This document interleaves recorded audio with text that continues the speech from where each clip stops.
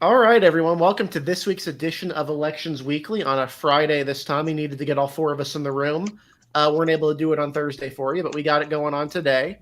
As usual, I'm your host, Eric Cunningham, and with us we've got Dylan Brown, Joe Szymanski, and Kraz Greinetz, all of whom are contributors to Elections Daily and have done some really good work for the podcast and for the website. So certainly give them a look here. So obviously, we're the big political news of the week that we've been seeing was the primaries on Tuesday in Georgia, Texas, and in Alabama and Arkansas as well, among other states that had smaller results that necessarily weren't going to hit the radar too much. So we're going to go over and start with the big one, Georgia. Georgia was a fascinating race to follow. We had a live stream going on. We expected this thing to drag out into the night a little bit for at least some of the races. And instead, it was basically over within the hour, it seemed like. So let's go ahead and pull up the map here. I also have additional maps I'll kind of show. This is based off of the preliminary data. There may have been some minor shifts within the counties for some of these Georgia races, but I think it's a pretty good indicator of just kind of the baseline of where things are at. So let's go ahead and start with Georgia. I'm going to go ahead and pull up our website here. We host election results from Decision Desk HQ here. Let's pull that right up, go down to Georgia. Start with the governor race. Brian Kemp wins this by a 52-point margin. No one saw this coming. No one had this coming. I'm pretty sure the Appleton County result is incorrect, by the way. Tom Williams did not win Appleton County. But 52-point margin here, that's accurate. He won a demolishing, ruthless, overwhelming majority in everywhere in the state, except for a few portions. I'm going to go up and pull up my own map that I made here. Gives you an idea of what we're talking about. This does not have the result from one county because this is preliminary. This is from, I believe, the night after. So there's probably a little bit of a minor shift, but the results here are accurate. You can see all the counties in the very dark shade of orange are ones that went for Brian Kemp by over 40 percentage points. There are more counties he won by 60%, 50% than there were that he won under 60%, or that he won under that he won under 60%. Like we're talking big margins. Only one county he fell under 50%, and I believe it was Beckley, or not. It was a county in southeastern Georgia. Candace Jones or Candace Taylor, a lunatic candidate running a fringe campaign, and David Perdue managed to combine for 50% of the vote. There, Kemp only got 48. But as you can see right here, Kemp did really well in basically everywhere except for the northern corner of the state. The Columbus area for some reason, and southeastern Georgia. Even all those he still won. He won every county in the state. The big thing, though, that this map does not show is how overwhelming his margin was in the Atlanta area. We're talking ridiculous margins here. We're talking 80% of the vote in Fulton County, 80% in Cobb County, 78% in Gwinnett County, 81% in DeKalb County, 77 in Clayton. Now, granted, a lot of these counties are not extremely Republican at this point, but they have a lot of voters still, in particular Fulton County, a lot of ancestral Republican voters there and a lot of primary voters. Because of these rapid, ridiculous margins, Kemp radically outperformed any poll that was done in the state. Most polls had him between 51 and 60% of the vote. So before we go into the rest of the results, what did you guys think? We were watching the results that night, most of us, what were you thinking when these came in, and what do you think now? This is the second time in a row that Brian Kemp has drastically overperformed expectations in the primary after 2018. I think it's pretty safe to say he's doing a pretty good job at winning over Republican voters. Yeah, I mean, I obviously wasn't on the live stream on Tuesday, but I expected it to be closer than polls showed. Not much. I expected Kemp to win comfortably, but 52 points. I mean, that I don't know, but I'm fairly confident that's the worst margin for a Trump-endorsed candidate in a Republican primary. It has to be. This is worse than McGeechan. Kemp won a higher percentage of the vote than Herschel Walker, which is ludicrous. That's absolutely insane. I think that's like the craziest thing about this, quite honestly, because it's not like David Perdue. I mean, you can argue all you want. David Perdue is a bad campaigner. He's a lazy campaigner, and he doesn't do a lot of the whole things. And he was someone who was honestly dragged over by Georgia's former partisanship before 2020. But I mean, it was not like he was someone who was like in an underfunded or under covered campaign. This is a guy who had a lot of media attention, who did have a lot of money behind him, mainly his own personal wealth, but still had a lot of money behind him. How much of his own money did he put in? I couldn't tell you, but I know he put in at least a chunk of his own money in there into that race. But still, I mean, this is a guy who was hyped up a lot as the arch conservative, more conservative than Brian Kemp. And theoretically, that should have at least gotten him, Jody Heist numbers around 38% of the vote. And he failed to get even close to that. And that is, I think, the most damning thing, I think, both not only about Perdue as a campaign, but I also think Trump's endorsements in governor's races have been terrible. I mean, yes. Just not. I mean, even you can look past his record as primaries. I mean, come on, Doug Mastriano, Janice McGetchen, David Perdue. These are not good candidates. These are not. And the McGetchen one. Remember that Perdue was routinely underperforming Kemp in head-to-head polls against Stacey Abrams by 3 to 4 points. Mm-hmm. There would be serious concern that Republicans could still lose the governor's race in Georgia if David Perdue would become the nominee. There would have probably been some serious concern about that, especially with some of the positions that Perdue was taking. But I think the question also is, did anyone actually believe it? Because, we knew we didn't believe it. I don't think any of us believed that suddenly David Perdue, a fairly, a nice businessman, probably a fairly inept political candidate, but really just a rich guy who wanted to become a senator, was probably not this arch conservative who believed that everything, that about all this voter fraud nonsense and everything that kind of came with that. I think a lot of us doubted it, and it seems like a lot of the voters of Georgia doubted it. It's hard to knock out an incumbent governor if people feel like he's doing a good job. And clearly more than enough people felt that Brian Kemp was doing a good job. And before we actually pivot to that point about a good job, I do want to mention the McGetchen endorsement in particular stood out as particularly bad. It's come out since then that the only reason that Trump endorsed McGetchen was that he had heard that the governor of Idaho had congratulated Joe Biden for his victory, which had not happened. That's the reason that he endorsed someone else. He didn't look into the candidate. He didn't look into any of this. He just endorsed the guy who was running against him. That is ludicrous. That is not how you endorse candidates. Though that sounds about right for Trump, though. I think Joe makes a good point about Trump's endorsements in the governor's races, but also his non-endorsements in the governor races. He failed to endorse a candidate against Mike DeWine, and Mike DeWine won with a plurality. He could have been defeated if Trump had endorsed somebody else, and I'm a little surprised he didn't. He chose not to. Yeah. I think the fact that Trump's endorsements have worked so far speaks less to his political instincts and more honestly to just the power of the media. He gets candidates' media attention. Sorry, go ahead, Chris. Well, I was just going to say that, look, I think his endorsement record is still solid, but if you take out the uncontested races where he's just endorsing essentially uncontested members of Congress, right? He started off really well. He won in West Virginia. He was 2-0 in Pennsylvania. Won in Ohio. Yeah, nice win in North Carolina. I think he endorsed Bud before he won.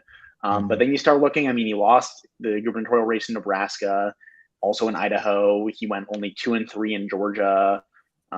So he's starting to come back down to earth a little bit in these kind of contested primaries. Well, no, he lost all of his major endorsements in Georgia. Other than Lieutenant Governor, all of his. I thought he endorsed. Did he endorse Herschel Walker? He endorsed Herschel Walker. Yeah, that's the Walker and the Lieutenant Governor's candidate, which also kind of has an asterisk next to it because he was significantly more normal than every other candidate he endorsed. And then every other candidate loses. And so, it's I think that I think the most notable thing for me was, he can't take out Raffensperger, right? He can't really make a dent in Kemp's popularity among, the Georgia GOP. And so, my feeling is that maybe his endorsements are a really big deal, although maybe he's just kind of getting candidates to a certain point, and then from that point on, it's like kind of all comes down to the wash. And so I think like if after last night, if I'm someone like Ron DeSantis, like I'm thinking like, I'm smelling blood in the water, right? Like I really sense an opportunity because it's apparent to me at least that his endorsement is so powerful. He can get candidates to that 25, 30, 33% of the vote, but then past that, like that's the percentage of the party that's really going to be like, who did Trump endorse? And then past that, it's like, I'm not really sure how much influence that it's having there. And then I think to add on to Kraz's point here, you look at J.D. Vance in Ohio when he endorsed Vance. Vance, while in third place, was still polling routinely with about 15, 16% of the vote. Mm-hmm. I think he ended up with 31%, maybe 32, or maybe I'm underestimating that a bit, but I think it was low 30s, if I remember correctly. You look at McKinley versus Mooney before he endorsed Mooney. I mean, Mooney was already, around 41% of the vote in an early poll that was done of that incumbent versus incumbent matchup. Let's think. Doug Mastriano. Mastriano was the reason that everyone panicked was because he was already at 29% before anyone had endorsed him, and then he got up to about 43 with the Trump endorsement then happening. So, I think Kraz has made a really good point here about it. Like I think we've talked about this before. We certainly saw it with Vance. I think Vance is maybe the key modulator here. Where you're like, okay, really, this seems to be where like the line seems to be kind of drawn here. I think in terms of adding on points, Trump, depending on where the candidate adds about 10 to 15 points from where they were, and that tells me that without the Trump endorsement, David Perdue would have gotten even more blown out of the water than maybe he already was. And, he wouldn't have run without the endorsement. No. Yeah, he wouldn't have run. Trump basically like told him to like get in there because for some reason he didn't trust her. Well, there's a lot of reasons to not trust Vernon Jones. There's a lot of good reasons for that. But for whatever reason, he did not want to endorse Jones. That seems to be the story that's come out here. Although he did endorse Jones for Congress. Because that was the deal. Yeah. That was the deal, though, was that he would endorse Jones for Congress if Jones got out of the governor's race. I do think Jones might have been a better candidate than Perdue. Jones at least has some sort of appeal in theory to the to the really angry Republican voters who are a clear minority at this point, who are single-handedly focused on the election.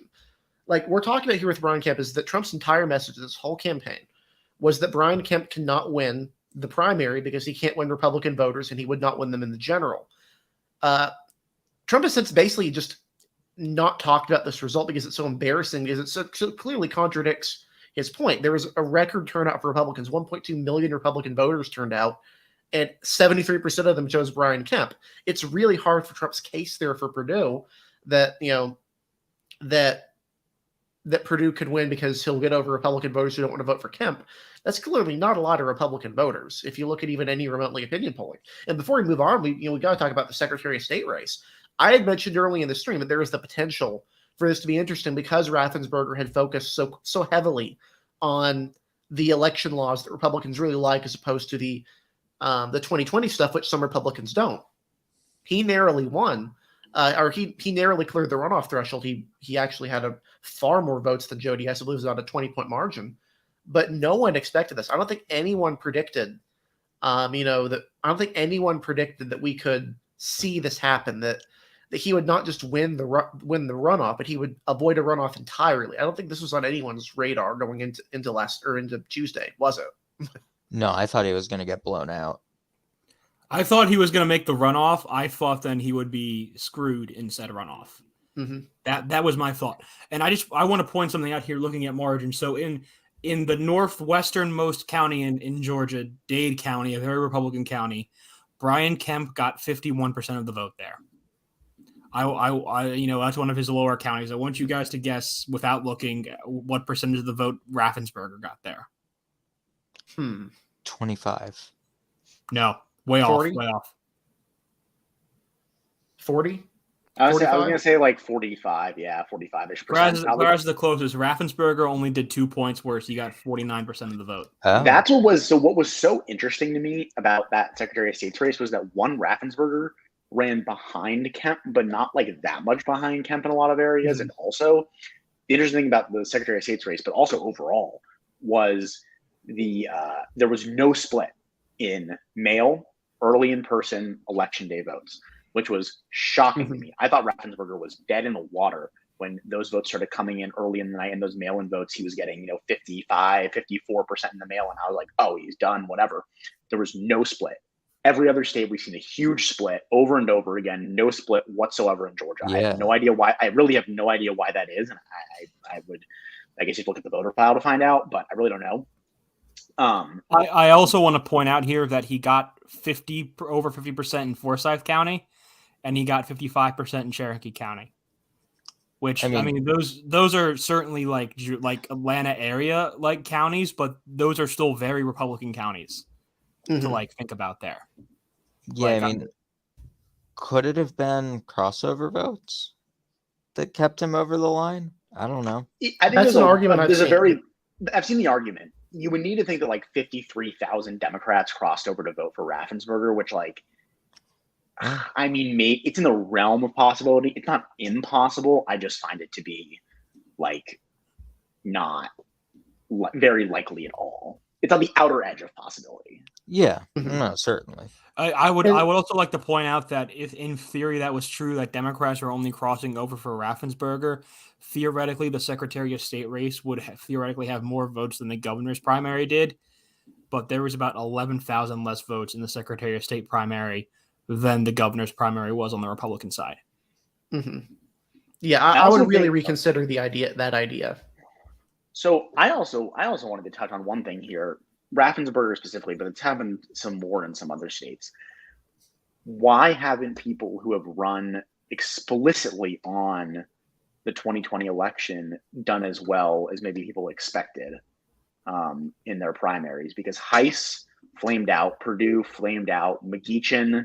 Well, she was a little bit more than just 2020, I guess. She was a lot out there. But there was a lot of things with McGeachin. There was a lot of different things with McGeachin. But McGeachin flamed out, right? I mean, and even some of the more Trumpy Senate candidates like J.D. Vance are not running explicitly on, their whole platform is this election. And you think, but I would even say like Secretary of State candidates just across the country. Like none of them have broken through. Like you would have thought that I think with the general messaging that these, Secretary of States who were very against this, basically everywhere would have, dropped down to like 15% of the vote. But a good couple of them benefited from a split field, including in Nebraska. Right. But Nebraska and Idaho, those are really conservative states, right? Yeah, so but even then, the one person who didn't deny the election in Idaho still got around 44% of the vote. Right. In Nebraska, it was the same thing. You still got about 44% of the vote. Like that is not incumbency. A small number. Yeah. And how much of that was due to the election conspiracy and not just due to a general anti-incumbent sentiment or the idea any of the number of other complaints Idaho Republicans have about candidates, that they're not conservative enough, that they're not pushing back enough against the left? Like how much of this is specifically about elections and nothing else? Well, I think my theory on this has been that I think people overestimated the salience of the election issue generally to GOP voters, but then also overestimated how long it would last. I mean, we talk about the news cycle all the time, right? How the news cycle voters move on from things really fast, right? And, that applies to GOP voters as well. I think there's kind of a stereotype in the media of especially, more progressive leaning media, the GOP voters are like these single-minded, like they have no other goal in life besides troglodytes, right? Besides the election fraud over and over, and it's all they think about, and they're never going to stop thinking about it, and they're neck deep in conspiracy stuff every day and whatever. And look, at some of these candidates have done pretty well. I'm not denying that some of these people have clearly gained traction while running on a platform of election denialism, but I also think that there's a limit to how much that's gonna carry when you're 2 years out from, year and a half, 2 years out from the last election. And, it's people have kind of moved on in a lot of ways. I also think it doesn't help that the salience of the issue that Trump is really on Truth Social. Yeah. And I know we laugh about that, but I actually don't think that's wrong. The fact that, again, I think we talked about this last week. The fact of the matter is, you're not. The point of a social media website is the idea that you can get people from get things from everywhere, but that includes, sports and pop culture. That's not going to come over to Truth Social. I mean, No. let's be very blunt and honest with that. So what you've then got basically is a political, what's the word I'm looking for? It's basically, another bubble, basically just an echo chamber, basically a giant echo chamber. And we're seeing this problem now with this sect of Republicans. I'm seeing it here in my hometown, my home area, where we have a sect of Republicans who can't believe their candidates lost, who are from this kind of, election denial and all that. We're seeing this where they can't believe that certain candidates won because they're like, well, none of the people I talk to were going to support this guy. And my general response to that is because you don't interact with anyone else who would go and vote for a regular Republican. Yeah. They don't that aren't one track minds about this because, there's a group of people trying to force a recount in my state Senate primary race because their candidate lost by 8,200 votes. And they just can't believe that somehow their candidate lost by 8,200 votes when they were just told that if they just went and knocked on 10,000 doors, that they would win an election. See, so, this is a lesson all voters need to learn. You can't just knock on doors. That's not enough. Yeah, I thought Republican voters were immune to this sort of this mindset's usually been limited to like those, sort of far left, for the lack of a better term, organizers who are of the firm mind that the only thing that matters is organizing. And if you just organize enough, you'll win. It's kind of distressing to see some Republicans falling into that same trap because it's so clearly ridiculous as a concept. It doesn't coincide with reality. Yeah. And so like, this is the problem though, where they are like, well, I only talk time with these people and I went to these meetings that were, basically, like audit the vote meetings where you're only going to get a certain type of Republican voter that way anyway. And they're like, well, did you hear about this? Would you support this candidate? And and then no one raised their hand. You would be surprised to find out that's how that happens, is that you're only with a group of friends who are focused very clearly on one specific issue. And then you're like, wait, you didn't support this candidate who didn't focus on this one specific issue, and then they won? How suspicious! It must be fraud. That's not how it works. Like there is. I mean, these people who care to claim about election integrity, and I think I've said many times about in Pennsylvania that after last Tuesday, like there are clearly still kinks and issues that need to be worked out in the state regarding canvassing and counting votes. Like I think both Eric and Dylan, who were on the stream with me that night, would both agree, especially compared to how North Carolina acted earlier in the night. It shows their true colors that it's never been about, the actual idea of like making our elections work better. It's been about my candidate lose, but I didn't talk to anyone but their candidate can lose. How this possible?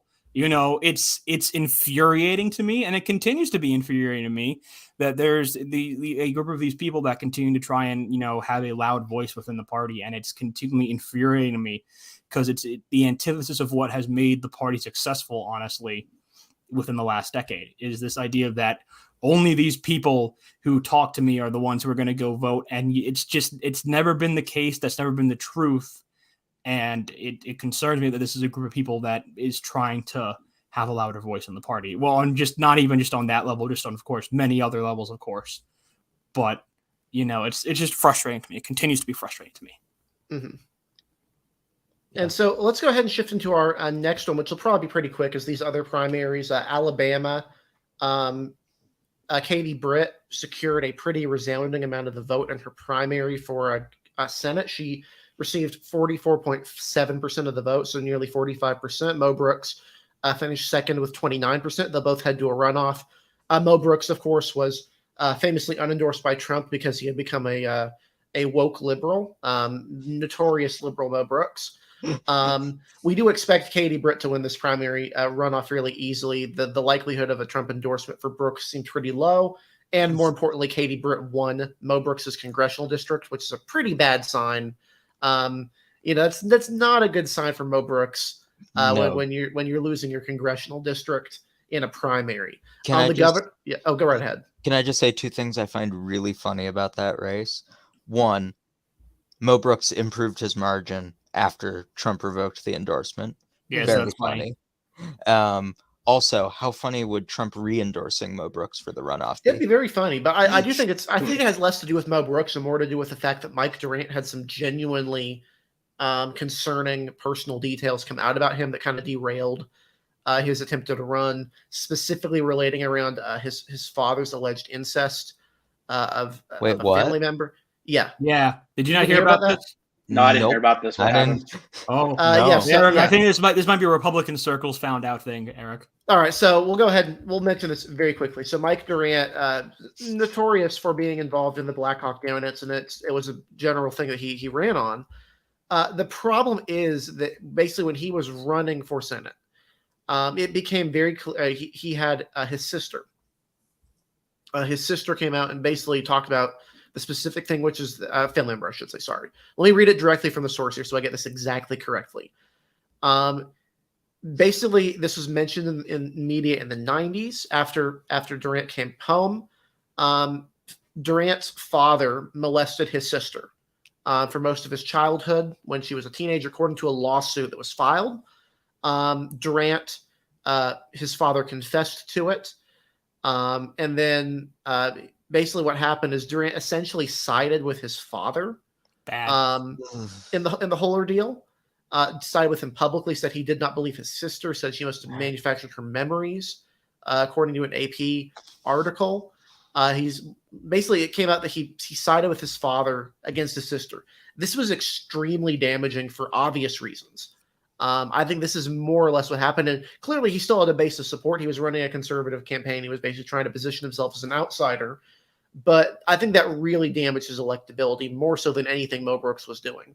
I think there may be a general tiredness in the Alabama Republican Party about nominating candidates that could potentially have sex scandals revolving around. I wonder why. Not that anything would probably come out in the presidential year, but I attribute most of the Durant stuff, the Durant decline, to that specifically more than Mo Brooks' amazing campaigning skills, because frankly, Mo Brooks does not have amazing campaigning skills. Oh, wait, I'm sorry, but he's a radical liberal. Of course, he's a yes, he's woke. In the governor primary, it's worth noting in the governor primary here, Kay Ivey in a primary that still makes no sense as to why this thing was close to going to a runoff. Won renomination with 54% of the vote. Linda Blanchard, whatever she's calling herself now. I don't know if she's gone back to Linda now. Finished with 19%. Tim James with another 16%. Something Kay Ivey had done had irritated Republican voters somewhat, even though she's one of the most popular governors in the country. Could be her age. Regardless, she is not going to a runoff. This is a safe Republican race. She'll probably win by a very large margin.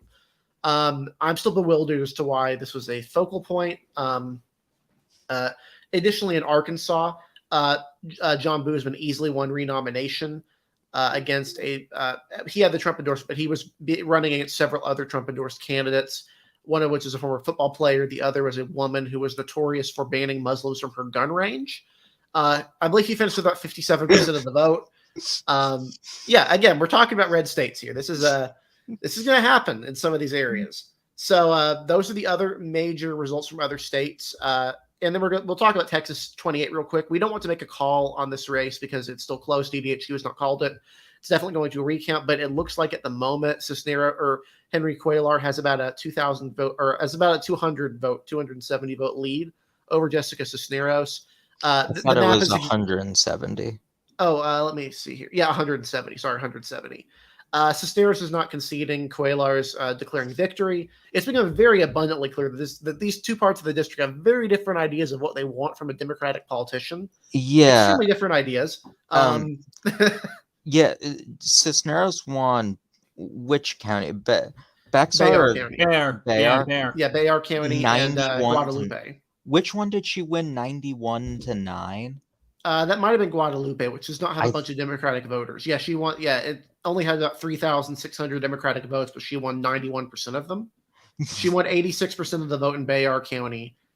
And then 67% at Atascosa, which is, or at Atascosa, which is another county in that San Antonio area. But obviously Cuellar did incredibly well everywhere else in the district, including Starr, Webb County, Zapata County. basically it's very clear at this point. San Antonio wants one thing from a Democratic politician, and the Rio Grande Valley really wants something else from their Democratic politicians. Well, this is why. I mean, look, this is why the Rio Grande Valley is going to be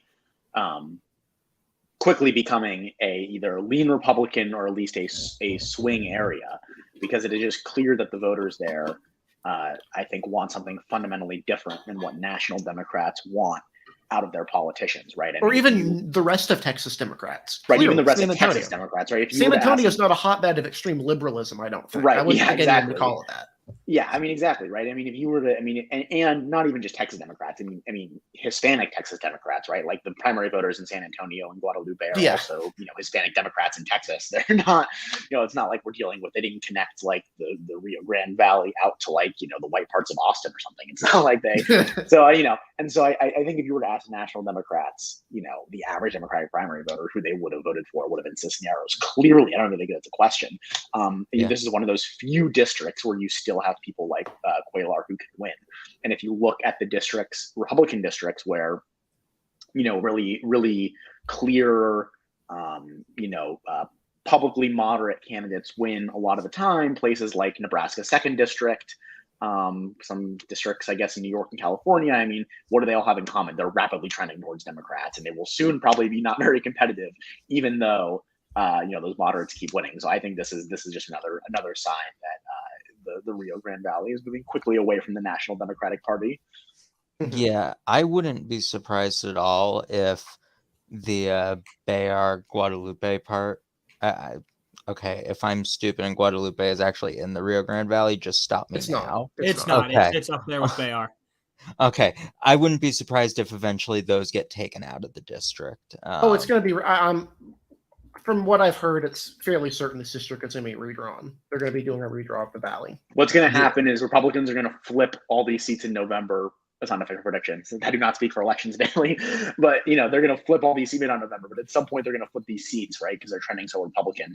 And then what's going to happen is the GOP will say, okay, well, now we've done so well in the Rio Grande Valley. Let's redraw the seats to be more compact and pick up some more Republican areas in other places, and that's how they'll redraw them. Yeah, you'd likely see probably seat maybe stretching from Cameron to Corpus Christi. You'd probably see a Hidalgo County-based seat stretching out to some of the more Hispanic areas north of Corpus Christi, and then you'd see another one stretching from like Zapata, Webb, a couple of areas, avoiding San Antonio entirely. Basically, that is what I would expect at some point in the future. See, I share Kraz's prediction that all three are going to flip. I don't think Cuellar or Cisneros had a better chance of holding that seat. I think it's pretty much over for Democrats there regardless, especially with an FBI investigation hanging over Cuellar that won't be wrapped up until Election Day. So, yeah, I wouldn't be surprised at all if all three flip. This isn't like Nebraska 2, where Kara Eastman just wasn't a great candidate. Although even in Nebraska 2, none of the other candidates were particularly good either. It also didn't help you had the former Democratic representative coming out multiple times and saying that he was supporting Don Bacon instead of Kara Eastman. Yeah, that didn't help.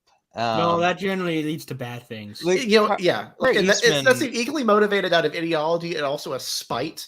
That was all spite because she beat him and his wife. That was spite. You don't have enough spite in modern politics. Like we have, it's too much team red, team. We need team red, team blue. We need like more like interpersonal spite these days. Like I have the kind of stuff. Brad Ashford. Well, did you guys see about the story about why AOC is focused on Cuellar so extensively? Is because there's decent reporting, or at least that she believes that Cuellar cost her that. I forget what a committee was. Energy committee, The what? It was the energy committee that went to Kathleen Rice. That's right. The energy committee. That Cuellar basically encouraged Rice to run and then whipped votes for her in that race for committee chair. So she has like a personal vendetta against. It also helps that Cuellar as well. I mean, there's tons of other reasons why AOC would be against Cuellar. But like that just adds on like a whole nother level to it. There is that she very clearly personally believes that he personally cost her that energy chair committee. Yeah. And then, honestly, this has been a good year. We should maybe add a beef segment to the end of this because you had the Madison Cawthorn Tom Tillis beef. You have this. Oh yeah, that was great. Well, safe states are great. I was reading the San Francisco Chronicle the other day, and apparently, I didn't know this, but apparently, after Kamala Harris became vice president, Gavin Newsom has to appoint someone to her seat because now it's vacant. And she called them up, and she basically, in not so many words, said, you better not appoint Karen Bass because I'm really goddamn angry that she tried to become vice president instead of me. And if you have you're dead to me if you appoint that woman to my seat. It was apparently she didn't endorse someone explicitly, but when she got off the phone, it was clear she apparently hates Karen Bass for trying to get that vice presidential nomination. We all thought it was going to be Susan Rice for half a second, who was going to be VP. Remember when it was going to be Val Demings? Yeah. Oh, that's right. Now we had some bad VP news cycles. Stacey Abrams as well. Don't forget Stacey Abrams, whose chief qualification was even election conspiracy theories. There was Stacey Abrams had been campaigning for VP for a year. Remember, even with Biden's promise to nominate a minority female, that there was still talk up until the final week that he was talking to and was potentially going to have Gretchen Whitmer be vice president. To the point where he apparently flew her out to Delaware and everything. I think if you guys remember that, or if you remember that at all. There was also Elizabeth Warren. Oh, because if you remember in 2016, Biden was going to run and he wanted Warren as his VP if he ran against Hillary and Bernie. Yeah. And I think that's funny because we have, if you've read any, I think it's the Shattered. It's that book about the 2016 elections called Shattered. And it says within the first couple of chapters that the whole reason Biden didn't run for president is because Ron Klain basically screwed him over by getting on the team Hillary so early. And now Klain, and in response to this, Biden has rewarded Ron Klain after his 2020 victory with the chief of staff job, where Klain has reportedly pissed off a good amount of people due to the amount of tweeting he has done as chief of staff. I think one of Klain's tweets actually made it into a court case. There was when they were litigating when they were litigating the OSHA vaccine mandate. The government went into court and tried to say that, this isn't really a vaccine mandate. It's about workplace safety. It's not about increasing vaccination generally. It wasn't pretextual. And then I guess the Fifth Circuit, which didn't actually end up deciding the case, they got kicked to a different circuit, so it didn't matter, but they wrote this opinion. And they cited a tweet from Ron Klain that said something like, this policy is going to force so many Americans to get vaccinated. We're going to have such high vaccination rates. And they put the tweet in there. I was Ron Klain has been making a lot of bad decisions. He was the one who pushed Kamala Harris to be VP. And now there's an article, I think, in The Nation about how Democrats in the White House are regretting that decision and how Biden thinks he has to run because Harris would get demolished in a presidential election. It's honestly incredible how there is easily a sect of 5 to 8% of American voters who saw Kamala Harris throughout the Democratic primaries and immediately their heads went to absolutely not. I also honestly, funnier than that is the 1 to 3% of Democratic voters who saw Kamala Harris's performance in California primaries and went, yes, I will form a hive around her. Yeah. Even better are the people that looked at someone who almost lost to a Republican in California and said, she is the future of the California Democratic Party. And in the down ballot race, don't forget, it wasn't even a highly a super highly publicized it was attorney general. They state Senate or governor's race either. This was in the attorney general's race where everyone else was trying to pay attention to the Senate and the gubernatorial race that year. Well, the other thing too, and I actually think this is an interesting kind of conversation maybe for another time. People talk about, well, if Biden didn't run, who would go for Democrats? It's kind of frightening that Democrats essentially have no national figures that can easily run because their only national figures are the current president, who's quite old, and a bunch of geriatrics who run the House and Senate in various ways. I mean, they are so unbelievably old. Even if you look at it's even worse than that. Or a vice president who arguably, if you polled her, could theoretically poll worse than Biden is. She is Currently. polling worse than Biden, just on average. I mean, that's the thing. Kraz is right. There are a bunch of geriatrics who are out there besides Biden, but look at the options that aren't above the age of 70. Pete Buttigieg and Kamala Harris. That doesn't not fill, good. as a One of them progressive who can't Democrat, appeal does to- not fill me with a lot Yeah. of confidence. One of them who can't appeal to anyone who isn't a white guy, and the other who is just generally loathed by and large by the American public. Well, I would Great no, job.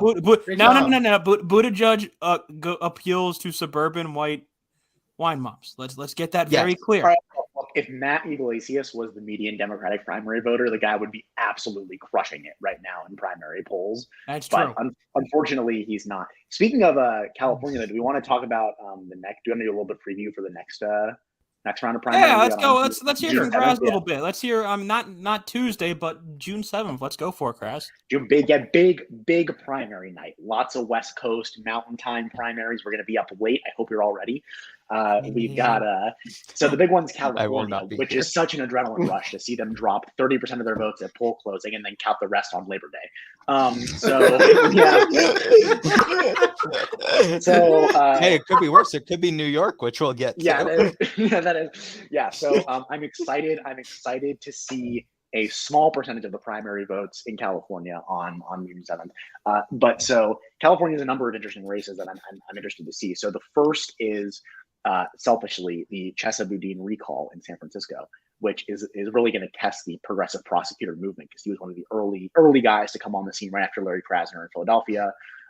He's facing a recall. I think he probably loses at this point, but I'm not sure. Mm-hmm. But he probably loses. That's going to be interesting. Then you've got multiple statewide elections where Republicans got crushed in that recall in late 2021. They lost that recall election kind of in embarrassing fashion. And they are not really putting up a serious fight against Gavin Newsom, but they are putting up serious fight for multiple of the row offices. If some listeners remember, they actually came really close to winning the insurance commissioner spot back in 2018. And that was a very blue year. Poizner, who they ran, well, they didn't run him. He ran as an independent, but it was understood he was a former Republican. He was insurance commissioner as a Republican and ran as an independent. And so they're actually putting up a fight in multiple row offices. They have an Orange County commissioner running for treasurer who's gotten some major newspaper endorsements, and a policy wonk named Lonnie Chen, who's gotten the endorsement of the LA Times, actually. He's running for controller. And then in the attorney general's race, which will be interesting given the fight over policing and prosecutions, et cetera. Anne Marie Schubert, who's the district attorney for Sacramento County, she's running as an independent, and it's kind of understood the Republicans are going to vote for her. So if she makes it through the primary, through the jungle primary, she might put up a legitimate fight in the state. So those are the three offices they're really putting up a fight in. And then obviously there's the congressional races all over the place on the New Orange County district. Those will be interesting to watch as well. Mm-hmm. Yeah. And it's worth noting, even this was in 2018 when the Republicans did put up that serious fight for the controller. And then they also had several credible down ballot, challengers in 2014. Even though they didn't win, you had, I think, people like Ashley Swearingen, I think, from Fresno, who put up a very credible statewide campaign for, I believe it was controller. Only lost by about 7 or 8 points. You had, I think, a couple others that were within the 15 to 20 point margin. So those will be certainly worth looking at. Yeah, and I do want to say here, I was wrong on the stream. There is one East Coast primary next week, and that is not this upcoming week, not this upcoming Tuesday the 31st, but on June 7th, and that is in New Jersey. On June 7th. No, we're also not going to have our votes till Labor Day. Yeah. Well, the only really key race there is, of course, New Jersey 07. The likelihood, of course, Tom Keene has all the county lines, I believe, if that's correct. Joe. Tom Keene. You think that New Jersey is going to have any competitive primaries? Do you not? No, I'm just mentioning that New Jersey has a 7th district where we heavily expect Tom Keene to coast with it because he has the party line. But I do want to give some mention to some of the other Midwestern and some Midwestern states here. Iowa, of course, has some the primary for Iowa's 3rd district, which will be interesting to kind of watch and see here. Montana has some interesting primaries for their new 1st district out in the west there, which will kind of be interesting to see kind of how those candidates turn out. New Mexico, it'll be interesting to see the primary results there in the Republican race for governor. looking to see how good Mark Ronchetti's Mhm. numbers are. And then I think you also have the Democratic primary to take on Yvette Harrell in that newly gerrymandered seat, although there are a good couple people who think that the way that Democrats drew that seat, that if the statewide race with Ronchetti is pretty competitive, that race will not go the way that New Mexico Democrats hoped it would go. And they potentially jeopardize, Lagar, I think. Yeagar in the first district. Teresa Lagar Fernandez. Yeah. And I also do want to give shout out to Mississippi, just because there does seem to be something interesting brewing in the 4th Congressional District, the one around Biloxi. I believe Mississippi has runoffs, if I'm correct, if you don't get above 50%. I believe it's like most other southern states in that regard. There's a good chunk of people who believe that Stephen Palazzo, the current Republican congressman there in the 4th District, will be at least, maybe not be behind or anything, but will likely be forced to a runoff just because of some of the higher profile challengers that have challenged him this cycle. So that could be something interesting to watch too from Missouri on that night. Yeah, I think I'm actually. I mean, I've been keeping track of this a little bit. I'm actually more interested, I think, in the general primary composition of some of these primaries than I am in the actual results. I mean, especially in states like Iowa, we kind of know the result. Montana, I think, isn't going to be super competitive in a lot of ways, but I am interested to see essentially like what's the primary composition, because I've been tracking that kind of closely for a lot of these states. And in Georgia, for example, Republicans had way more primary votes than in 2018, shows an enthusiasm gap. So I'm interested to see how it goes in some of these other states. And I'm particularly interested in how it goes in California, because that's a jungle primary. So you can actually tally up who people are voting for. So that'll be interesting. But yeah. Mm-hmm. Mm-hmm. And one thing I do want to mention, we have these sort of races going on.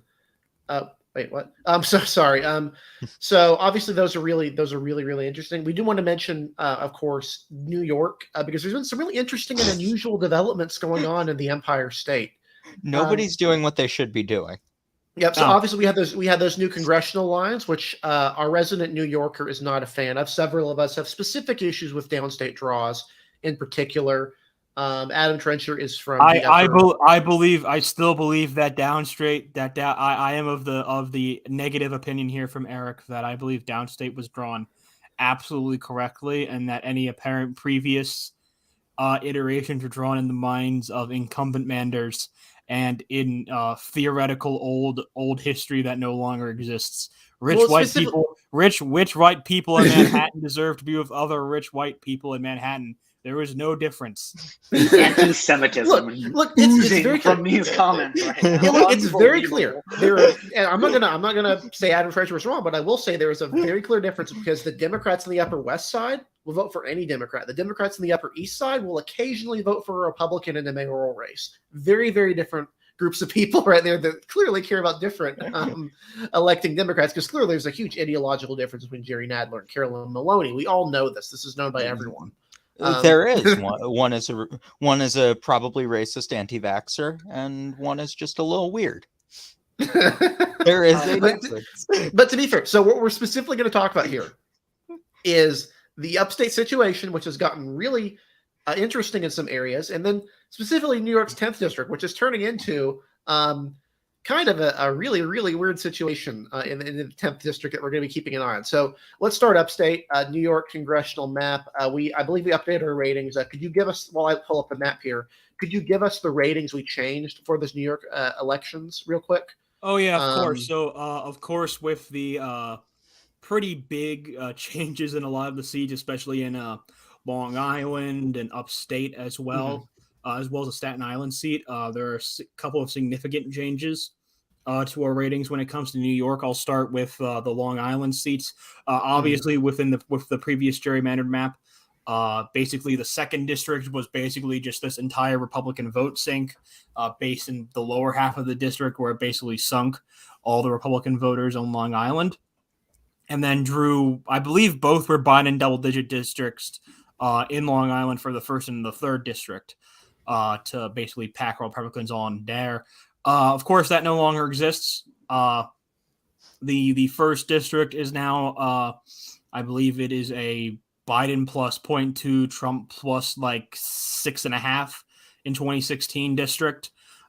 We have that rated as likely Republican. I know some other sites see it as lean, just basing on the fact of how we kind of know Long Island has acted, not only in recent local elections, but also in previous Republican wave elections.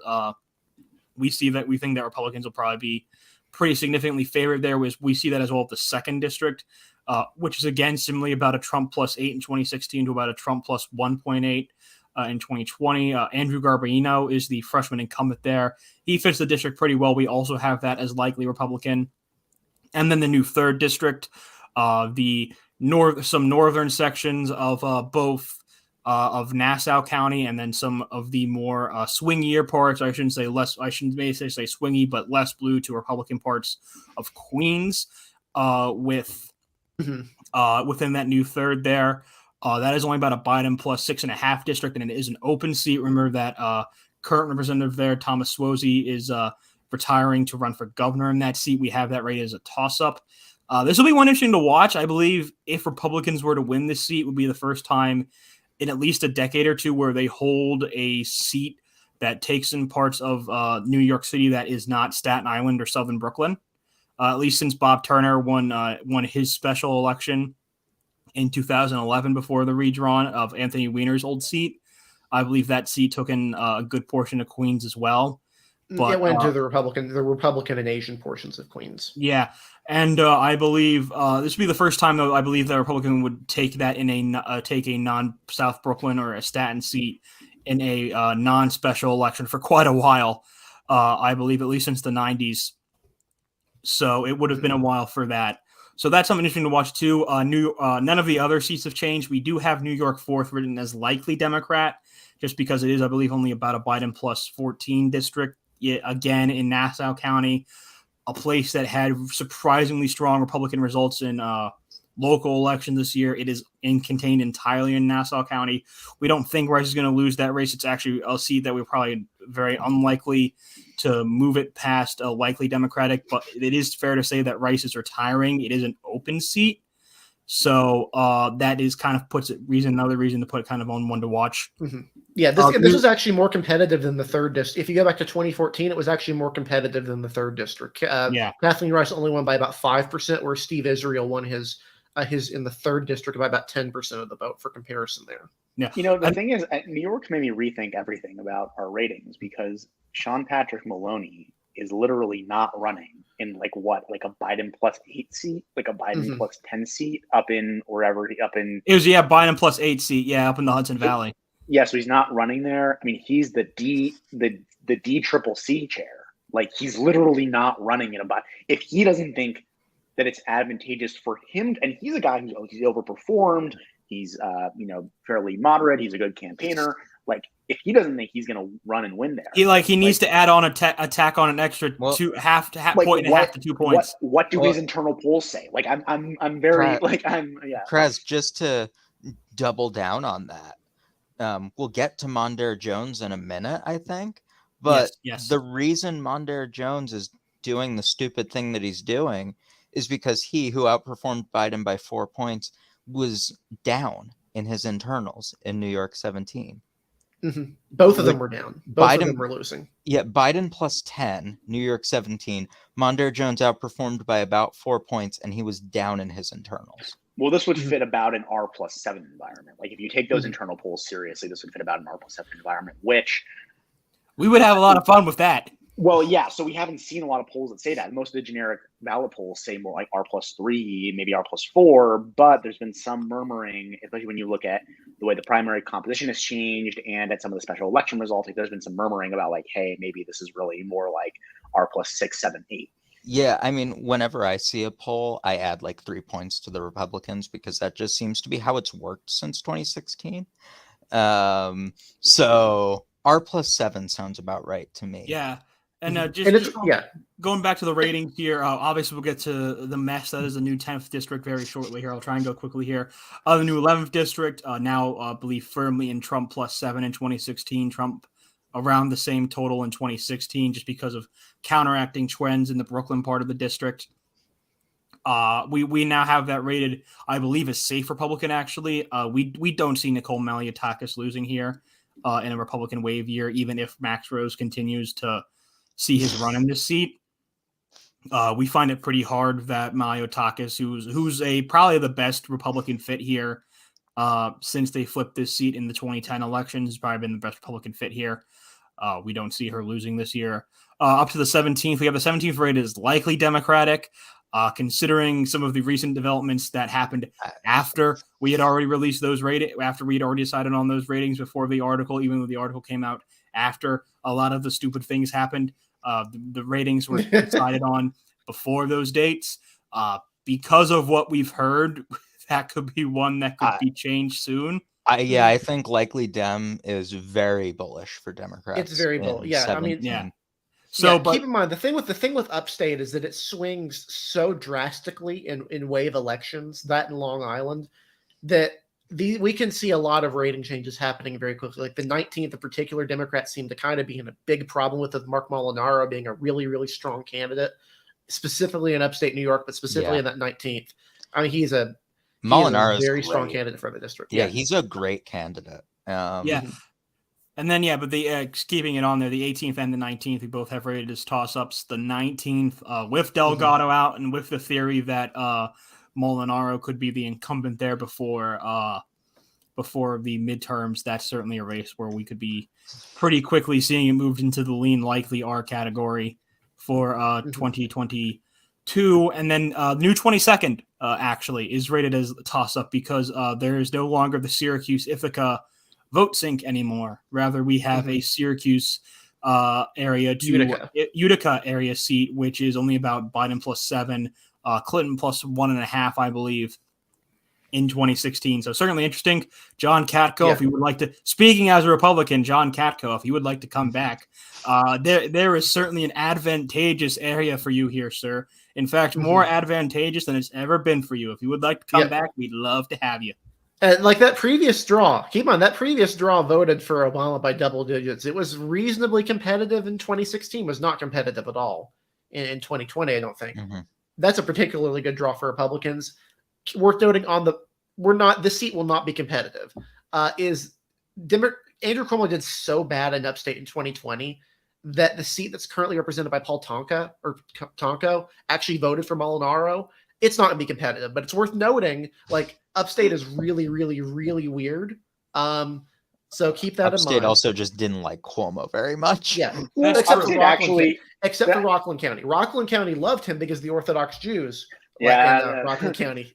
I will say, not to get too philosophical, I actually think upstate is an interesting example of what happens when you have a group of voters that are cross-pressured in various ways. So low levels of religiosity, tends to be, denser, more touristy oriented towns, but they're more rural, lower levels of like cross-pressured in various ways. Yeah.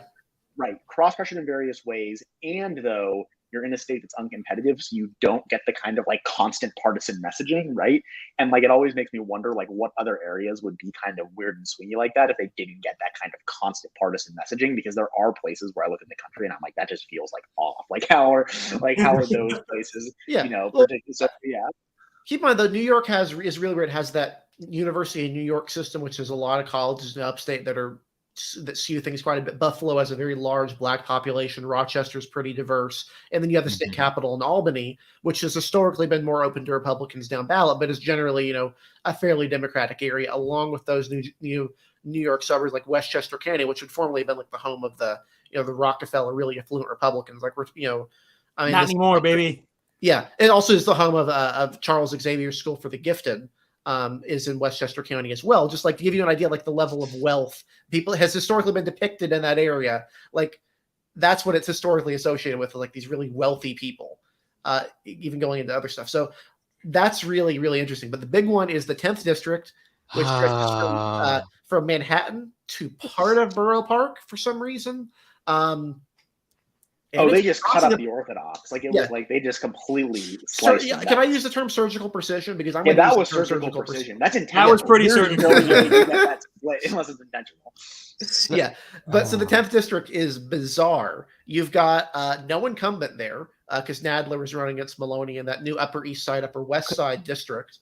Okay, you got I Bill de actually have Blasio. a question Go right ahead. about that. Sorry. Would Mondaire Jones be considered an incumbent there? No, I wasn't sure if he'd be labeled an incumbent on the no, ballot. you're not an incumbent if you switch districts. There's Good. Yeah. Good. So Bill de Blasio is running there for some reason, the worst mayor in the history of New York, according to most New Yorkers, including I think our New York contributor. He's running. I believe Simca Felder is still running in the seat. You've got actually, let's go to Dylan. You can explain the candidates here a little better than I can, like some of the particular ones, because everyone's looking at Mondaire Jones. The guy has no connection to the district. Like his pitch here is literally, "I am black and I am gay. Please vote for me." Like, no, I mean, normally I would assume that's a bad faith read. No, that's literally it. This is the district that had Stonewall. I am gay. Well, actually, I just think from a naked political perspective, like I actually don't think he's making it terrible. I mean, here's the thing, right? If he thinks he's going to lose in that Biden plus 10 district, why stay there? This is an open 70 seat. District. Okay, this is an open seat, right? You've got Lower Manhattan, which is full of very engaged Democrats, and then you've got who's his opponent, right? Bill de Blasio is not. Then you've got and you got New, who's pretty well known amongst kind of engaged, very kind of like online Democrats, but I actually don't think has like that much. Like I don't really know how much name recognition she has. Kind of skeptical, so So in this case, okay, Mondaire Jones aside, because I don't. Okay, there was a very easy way to solve this whole thing. Kathy Hochul. Don't give the lieutenant governor spot to Delgado. Give it to Mondaire Jones, young black gay guy. That's your lieutenant governor. You save Sean Patrick Maloney. You don't cause some carpetbagging. It's a very easy choice. But regardless, for this district, I actually think name recognition kind of hurts. In the sense that we got a poll from Emerson, and granted, you always have to take them with a little bit of grain of salt, but the poll showed Mondaire Jones leading with 7%, Bill de Blasio with 6%, and Yulene New with 5%. And then state assembly or state senator Catalina Cruz, I think, at like 2%. Don't forget that Elizabeth Holtzman at the age of 81 has decided to try and return. Oh, that's right. Oh, I forgot about her. The only person to lose a federal statewide race to a Republican from I believe 1980 on is Elizabeth Holtzman to Al D'Amato, and she is running. And what's crazy about that, right, is like she's 80 and she thinks she can win a Democratic primary. 81. She's 81. 81, which just speaks to how unbelievably geriatric the party is. Like it's unbelievable. In New York, the party is ancient. It's geriatric, and it's also because they have had in New York City, it's had these damn lines. I'm going to call them that for so long. They're protecting these incumbents and have no actual, and they've lasted so long. In my opinion, the people have assumed that the lines must represent legitimate communities of interest rather than the elected candidates' preferred lines. Like those are two different things. They're not the same thing. Even if and now that you have this happen, you have this open seat, this huge portion of the city that has historically been chopped up into multiple districts. Lower Manhattan's been in Nadler's seat for the most part of it in Maloney. You've had the Brooklyn seat, the Brooklyn portion, which at points has been split between Nydia Vasquez's seat. It's been split between, I think, some of it, or the original plan was to put Park Slope in with the Maliatakis seat. I mean, like all these areas have been chopped up into other areas, and now they get to decide their own representative. It's really interesting to watch because even if this is a thoroughly uncompetitive district, in every sense of the word, this has utterly shaken up the New York political establishment, which is not a bad thing at all, in my opinion. The way that these incumbents lashed out was truly spectacular in every way. There was oh my God, like I've never seen anything like it. As somebody who enjoys maximum chaos. Dylan, I have a question for more chaos. Okay. So obviously, Justice Democrats had a very key candidate in Rana Abdulhamid. Is that the right? Dude, you're asking the wrong guy how to pronounce names. Okay, that's fair. I really hope I didn't butcher it that bad. But obviously, Where's the name? What's his name?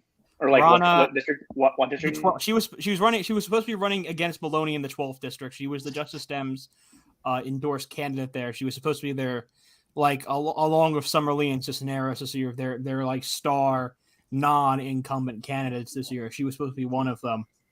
Mm-hmm. Obviously, with the redraw, I think it's Rana Abdulhamid. Rana Abdulhamid. Oh yeah, that does seem like the read.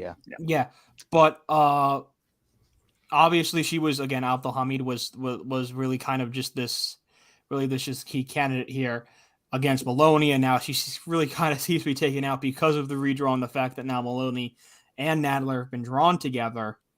I heard there's been some talk online mostly that Rana is someone who could also potentially decide to carpet back to this 10th district. No. I mean, but do you think that's with New in here? Do you think that's a possibility, or do you think because New's in this seat as kind of like progressive figurehead that she could kind of become like the Justice Dems' new look at me non-incumbent figure for New York this year?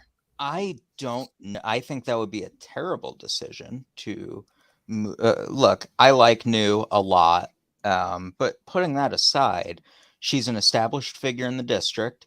She's run successful campaigns there. She successfully primaried a state senator. She had the backing of Elizabeth Warren and Warren's PAC when she was running. She's the only progressive in the district that doesn't either have a terrible approval rating like de Blasio or actually lives in the district like Mondaire Jones. So lives in the city even. Lives anywhere close. I'm realizing that Abdulhamid lives in Queens. So that would be another pretty serious allegation of carpetbagging there. Yeah. I also heard, is Nydia Velasquez at all unpopular with the left? I don't. She's technically in there too. No, she got them in her pocket because of the Puerto Rico stuff. She's that's right. Yeah. We got to talk Puerto Rico at some point. Yeah, Puerto Rico. You're not gonna get a lot of dissent on this panel. No, it's just actually. Before we probably goes off here, I just want to mention because we have not mentioned Puerto Rico at all. While we're on the topic, there's supposedly a compromise reached about the potential language for a referendum in Puerto Rico, which would have three options: statehood, free association, independence. The problem, of course, even if this is binding with three options, is likely none of them would get a majority of the vote, specifically non-independence. And if a free association won, that's not going to happen. I think it's hard to emphasize how much the United States would not be willing to give Puerto Rico independence and all of the money. Like, that's not realistic at all. That's not a realistic scenario. So, like, that's what Velasquez has been working on fairly recently with, Jennifer Gonzalez and a bunch of other people trying to find a compromise on this Puerto Rico statehood thing. But yeah, that's been her general thing lately. Has been the Puerto Rico independence movement, which is very popular with Puerto Ricans in New York, very unpopular with Puerto Ricans who live in Puerto Rico. Yeah. I don't think there's a lot of anger at Velasquez. Honestly, it's unfortunate, but I do think the best decision for, I'm sorry, I already forgot to. Abdulhamid. I don't see a path for her at this point. The only upside to this new Maloney district, there are two upsides. One, we're going to get a very annoying member of Congress out either way. Either Jerry Nadler goes down or Maloney.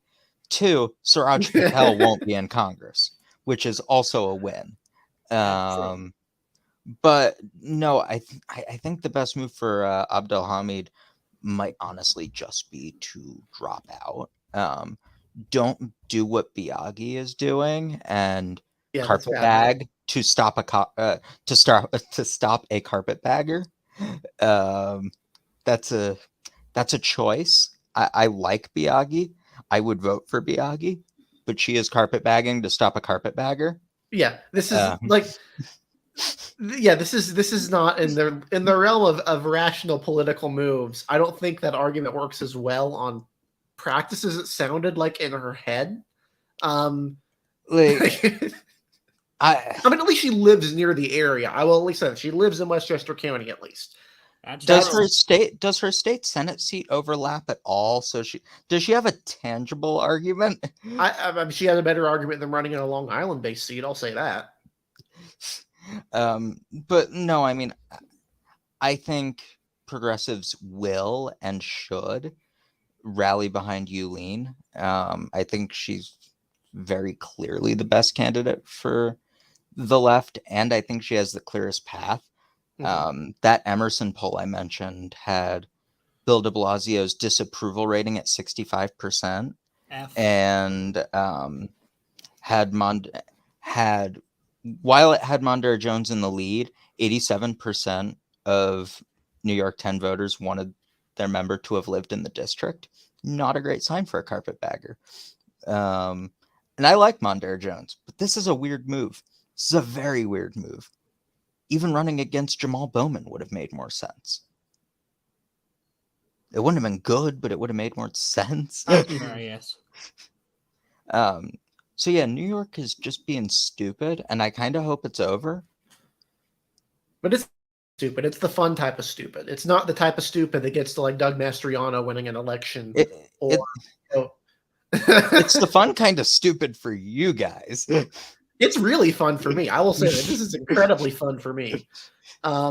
Just because in general, I've looked at like the New York lines, and I said this, I really do think that what this has done is it has utterly shaken up this idea that the current lines are an accurate representation of neighborhoods. They're not. I've looked at them. I've drawn lines myself, and they split a ton of neighborhoods. This new map isn't a whole lot better in a lot of ways, but I think there's a far better case for connecting the Upper East Side, the Upper West Side, than there is for connecting the Upper West Side all the way down to Borough Park and then Coney Island, which was one of the previous configurations. Like, and I think there's some at least some wisdom in the idea that they'll at least have shaken up things for the time being. Maybe get some new blood in there, get some new representation, get rid of some of the geriatric people. It's like it's reasonable, I think. I'm sorry. Did you just say the Democratic Party might get rid of their geriatrics? Pat Leahy is resigning so that Peter Welch can run instead. Yep. The Senate seat can get a whole 10 years younger. And he wasn't sure if he could resign. He was not sure if he wanted to not run because he was not sure another Democrat could win that seat.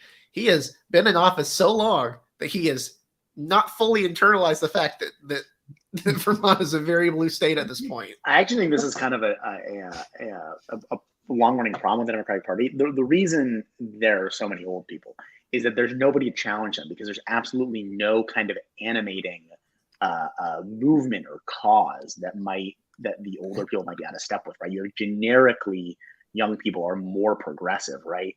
But it's kind of hard to identify if there is kind of a motivating through line that would actually animate this, right? Like, and so in the Republican Party, you had, Trump, some older people that weren't sufficiently Trumpy. There was kind of this attitude you need to be more loyal to him. But you don't have that in the Democratic Party. And, the only time when they really did have that was maybe back in 2018 when you really saw this peak of this anger. And you did have some incumbents lose in 2018. You had AOC and you had other incumbents almost lose in New York City. Yeah, Ayanna Pressley. After that, it's just been like... Well, I mean, in 2020, Elliot Engel went down. Carolyn Maloney came close to going down. Lipinski went down. I mean, I just don't think there's the sustained anger with incumbency in the Democratic Party that there is in the Republican Party. And I think that's a byproduct of Democrats, for as long as I've been alive, have been telling voters, hey, we're going to fight next time.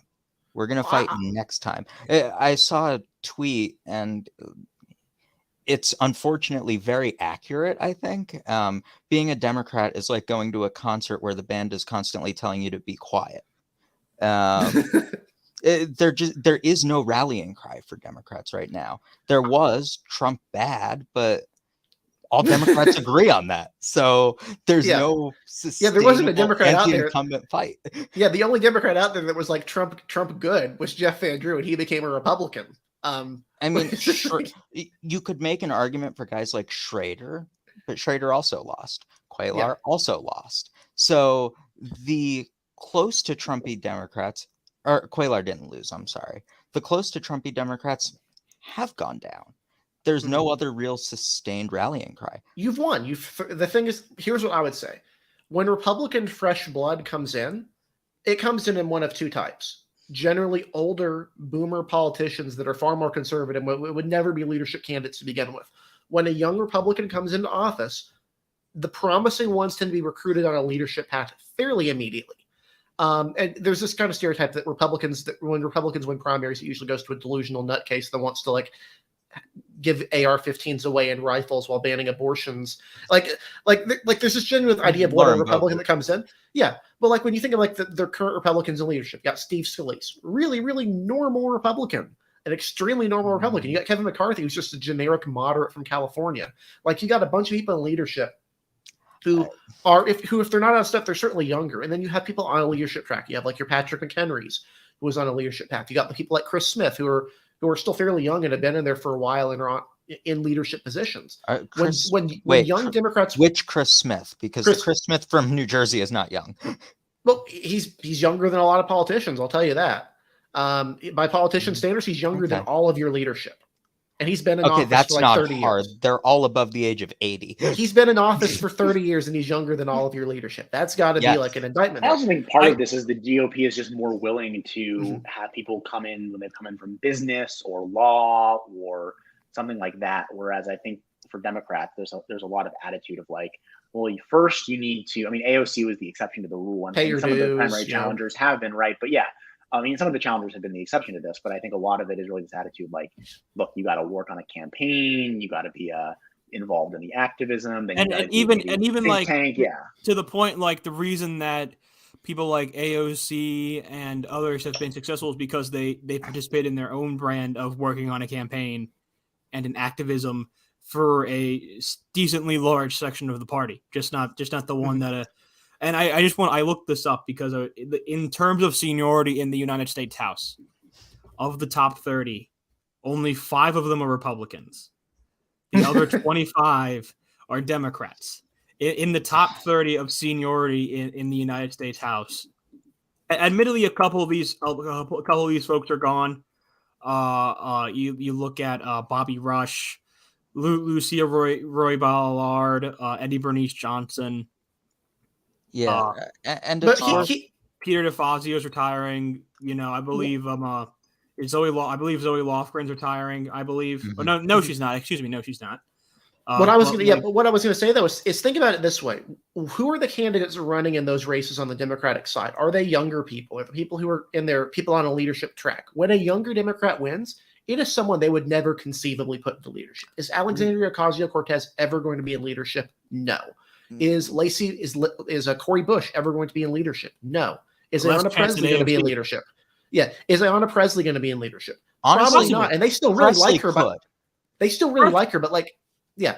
that's the closest you get. That's the closest you get from these sort of upstart ones. The normal, look at North Carolina. Who are they going to put in? They're going to put in the 4th district, Valerie Foushee, who is just going to come into office, be slotted as a average middle of the road Democrat, be there probably for 30 or 40 years unless she gets primaried by someone from the left. And if it's someone from the left, they're not going to be in leadership. Well, it's a problem.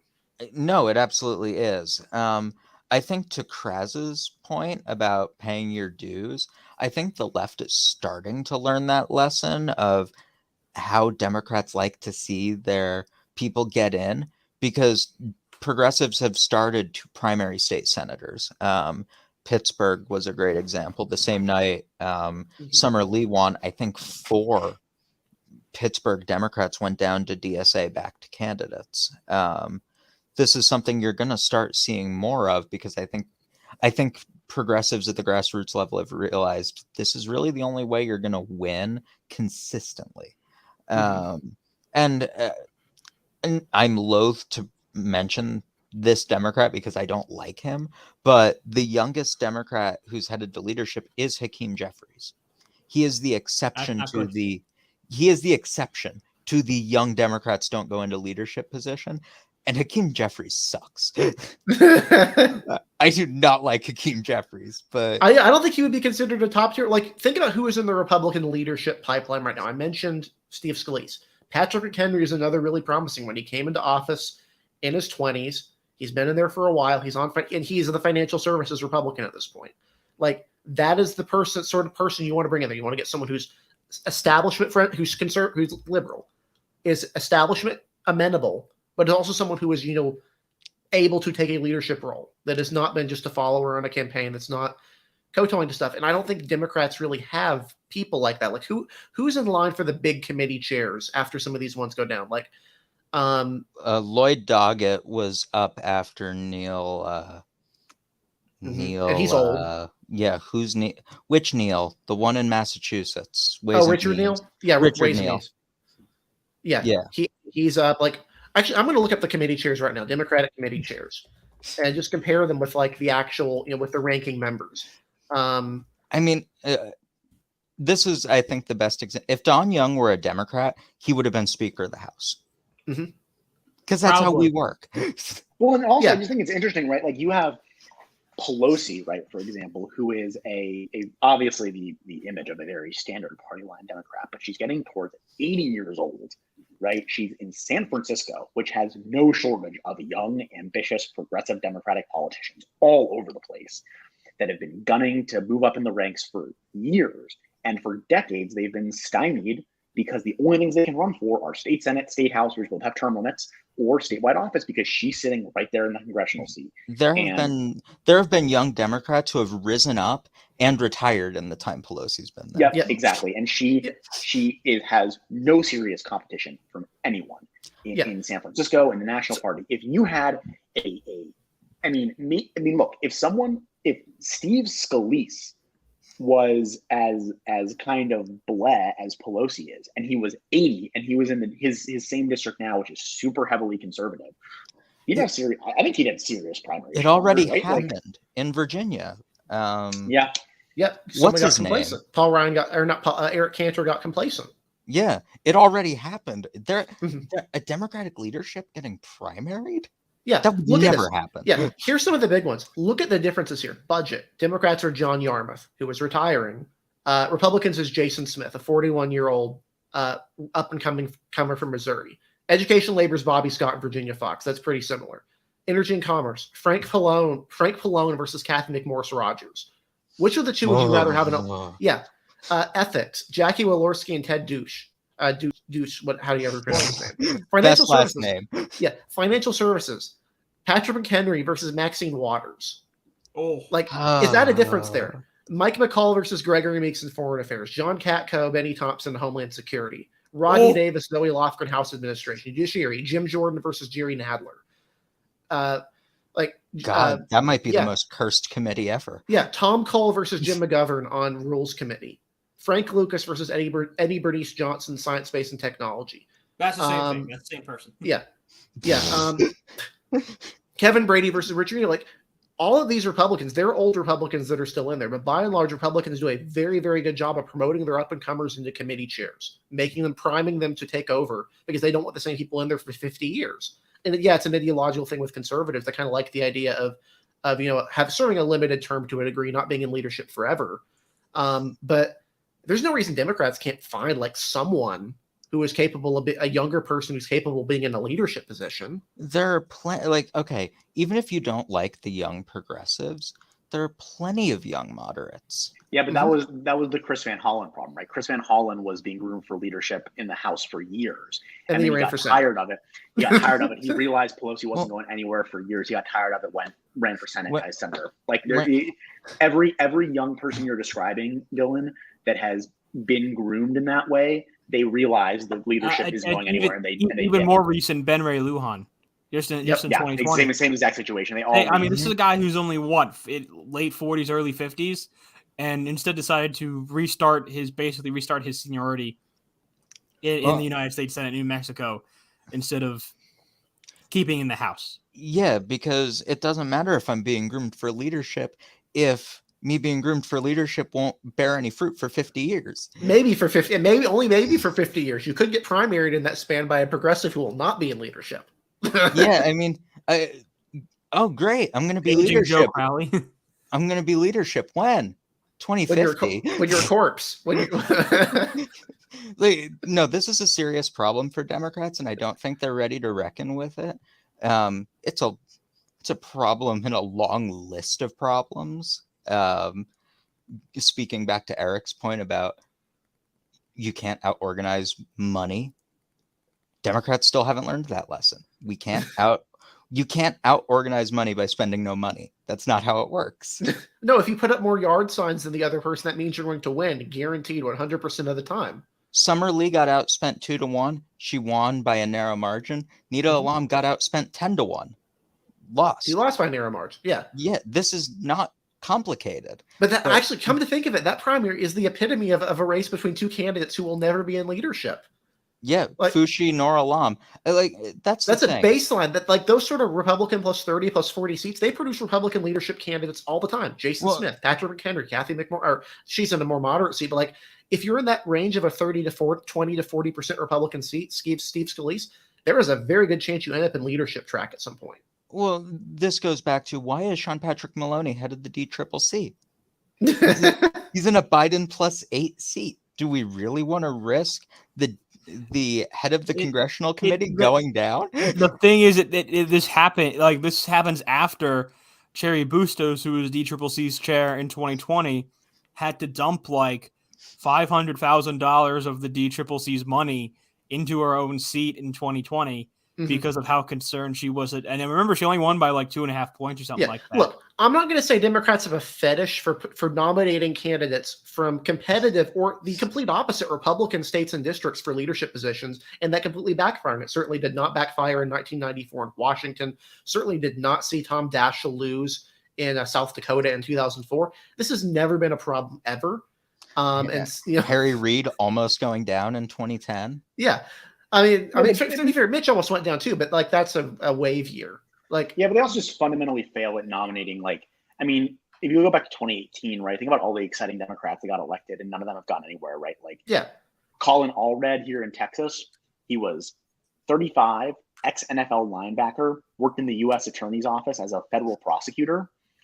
Have you heard his name since he got elected in 2018? You know what Texas Yeah. Republicans made sure to do to tempt his visibility is that they sunk him.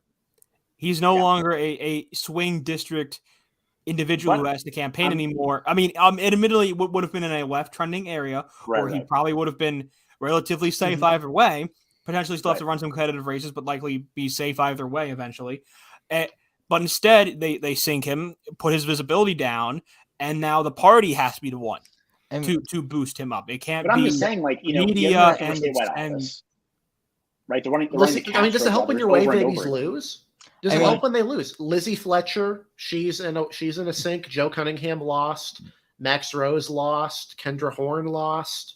Like, how many of these people who won last time lost and just completely gutted an entire class of potential leadership candidates? If you want to find a semi-competitive candidate who would probably be decent to groom for leadership, Andy Kim. There you go. It's a left-trending seat, young person of color.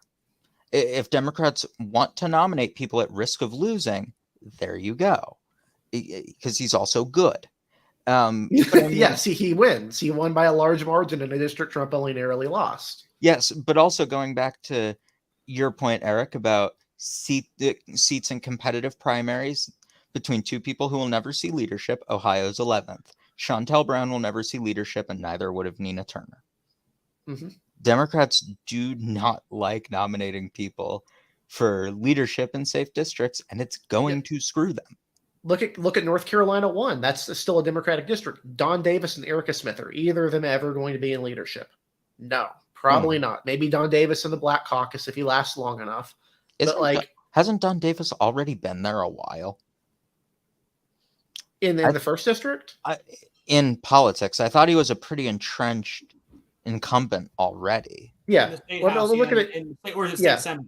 Well, what I'm saying is he's 50. He's actually relatively young. He's 50 years old. Is he going to be in leadership in 35 years? Because the district's going to be gone in 35 years. Like, yeah, I mean, that's the thing. Like, look, all 3 members of Democratic leadership right now are in safe seats, but they're also all over the age of 80. So you need to change leaders, and we're not going to change leaders to other good, safe seats that also don't suck. It's not going to happen. Yeah, it's a change that's got to happen organically, and it's the thing Republicans had to do probably after leadership was literally shaken up, because you had a bunch of Republican leaders just have to just get nuked out of existence. You had, the Tom DeLay thing happen. What's his name? Eric Denny. Cantor. Yeah, you had that happen. You had Dennis Hastert, who obviously had his own issues. Yep. That's an like statement. Yeah, that's 3 of them.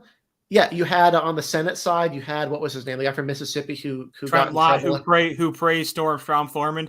Yeah, and he had to resign because of that, and you put Mitch In McConnell fairness, so place. did Joe Biden.